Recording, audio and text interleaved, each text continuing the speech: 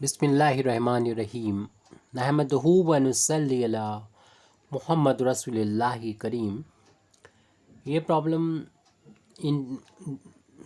Integral calculus के integration of trigonometrical function से है। Show that integration from zero to pi d x upon 3+2 sine x plus cos x is equal to π/4। तो सबसे पहले तो हम इस इंटीग्रल को अपने सॉल्यूशन में आई के इक्वल लिख लेंगे। लिमिट इसकी 0 से पाई है।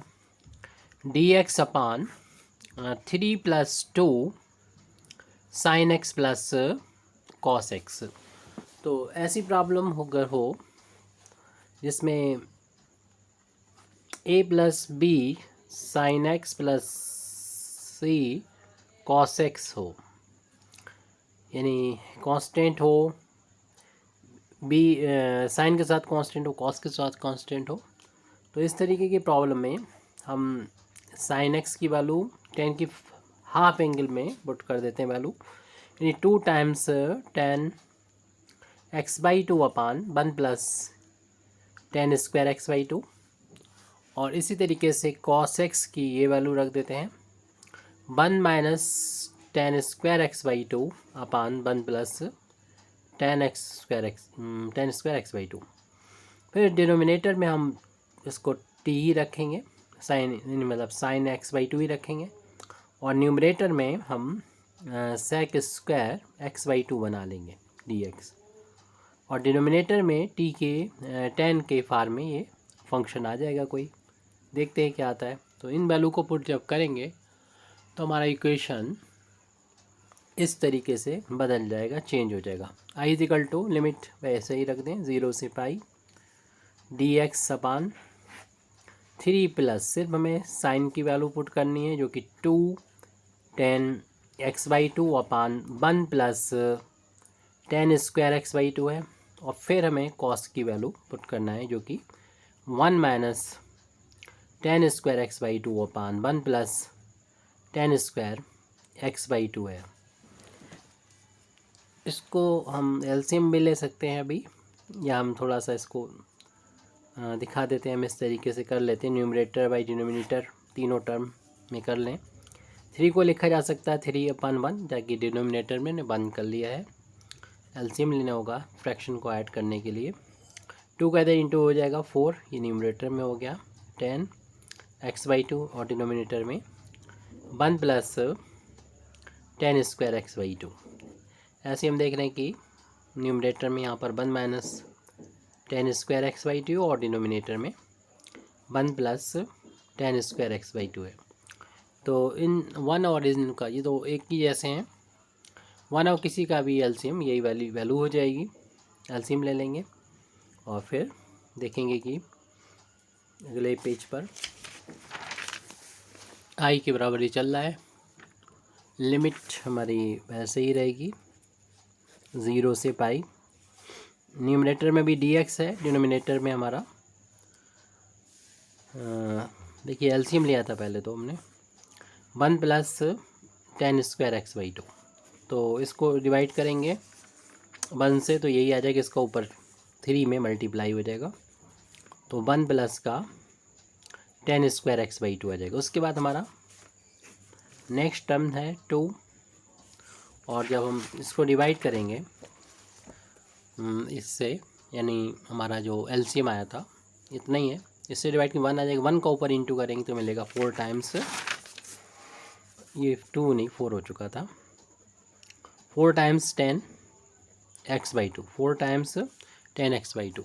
और फिर इसके बाद नेक्स्ट टर्म है प्लस का, इस एलसीएम को जब डिवाइड करेंगे इससे तो 1 आ जाएगा, और 1 का इसमें इंटू करेंगे तो आ जाएगा 1 माइनस का tan square x by to. इसको हम नेक्स्ट पेज पर लिख रहे हैं 1 माइनस का tan square x by to. ये डबल अपान में है तो इसका ऊपर जाके मल्टीप्लाई हो जाएगा, तो आई की वैल्यू हो जाएगी limit 0 to pi 1 plus tan square x by two d x upon में ये लिख देंगे, ब्रैकेट ओपन करेंगे तो 3 का दोनों में इंटू हो जाएगा, 3 plus 3 ten square x by two plus 4 times 10x/2 और ब्रैकेट हटा दीजिए 1 माइनस 10² x/2। तो जो लाइक टर्म्स होंगे उनको हम कलेक्ट कर लेंगे।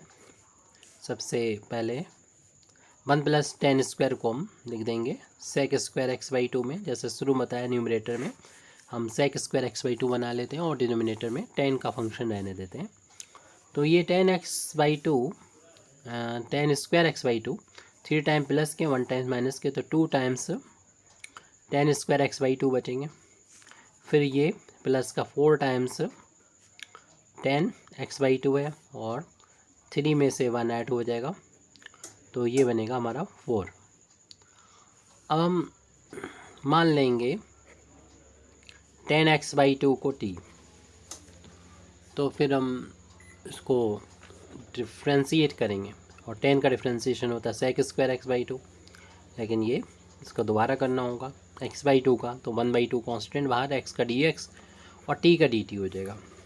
अपान में 2 इसका उधर 2 कर देंगे तो हमारे पास sec² x/2 dx की वैल्यू बचेगी 2 टाइम्स dt। अब देखिए हमने वेरिएबल चेंज किया है, x था अब t हो गया, तो लिमिट भी चेंज हो जाएगी। लोअर लिमिट जब हम x = 0 लेंगे तो t की वैल्यू इस रिलेशन से यानी 10x/2 से x की वैल्यू जो कि 0 है, तो 10 0 की वैल्यू हम लोग जानते हैं कि 0 होती है, 0.2 0 होता है और 10 0 की वैल्यू 0, तो लोअर लिमिट 0 हो जाएगी।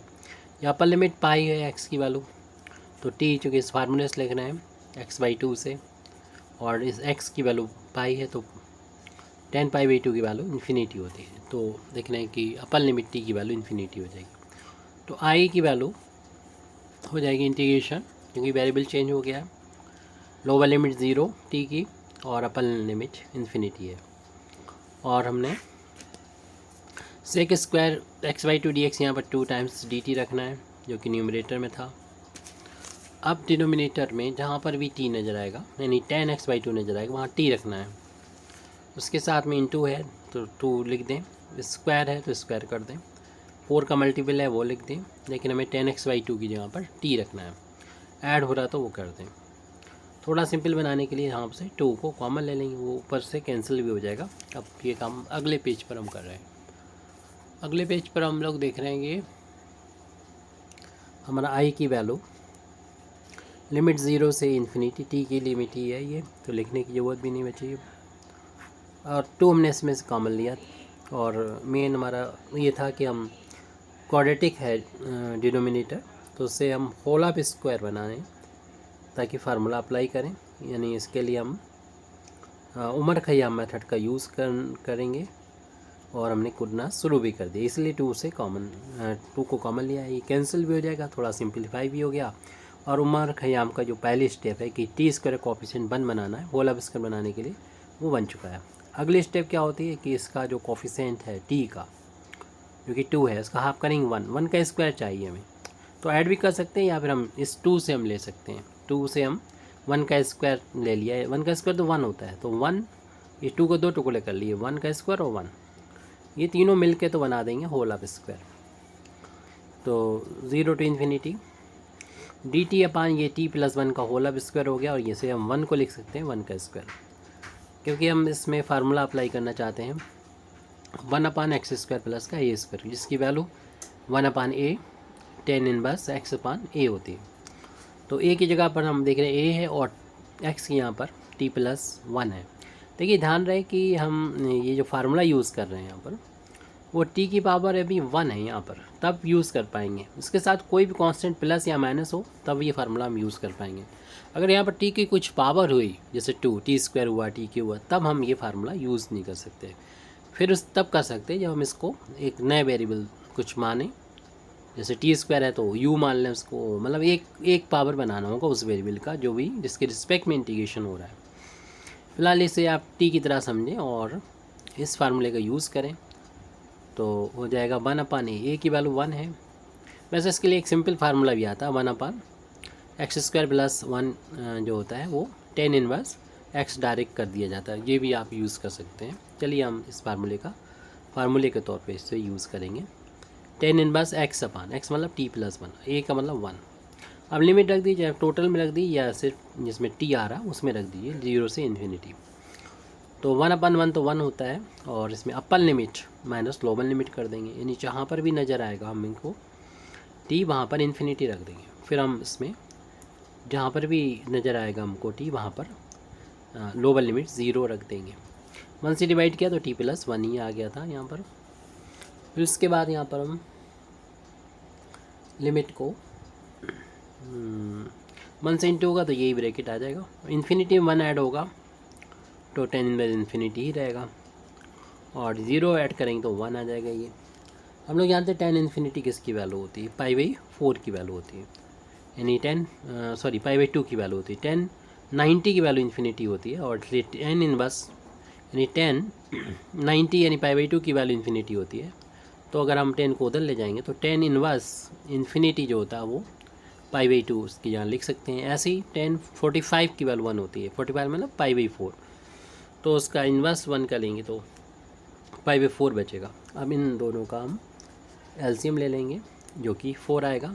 4 को डिवाइड करेंगे 2 से, 2 का ऊपर जाके मल्टीप्लाई कर देंगे, माइनस 1 टाइम्स 1 का ऊपर इंटू हो गया पाई, 2 में से पाई माइनस हो के π/4 आ गया। इस तरीके से हमें ये प्रूव करना था। आई का ये आई के बराबर चल रहा है, और आई कितना था, लिमिट 0 से पाई dx/3 + 2 साइन था 2 sin x प्लस का cos x, जिसकी वैल्यू प्रूव करना थी हमको π/4 के बराबर, जो कि हमारी ये आ चुकी है। इस तरीके से अपनी ये प्रॉब्लम जो है वो प्रूव हो चुकी है। Thank you very much Indeed for listening me. व आखिर दावाना अल्हम्दुलिल्लाहि रब्बिल आलमीन।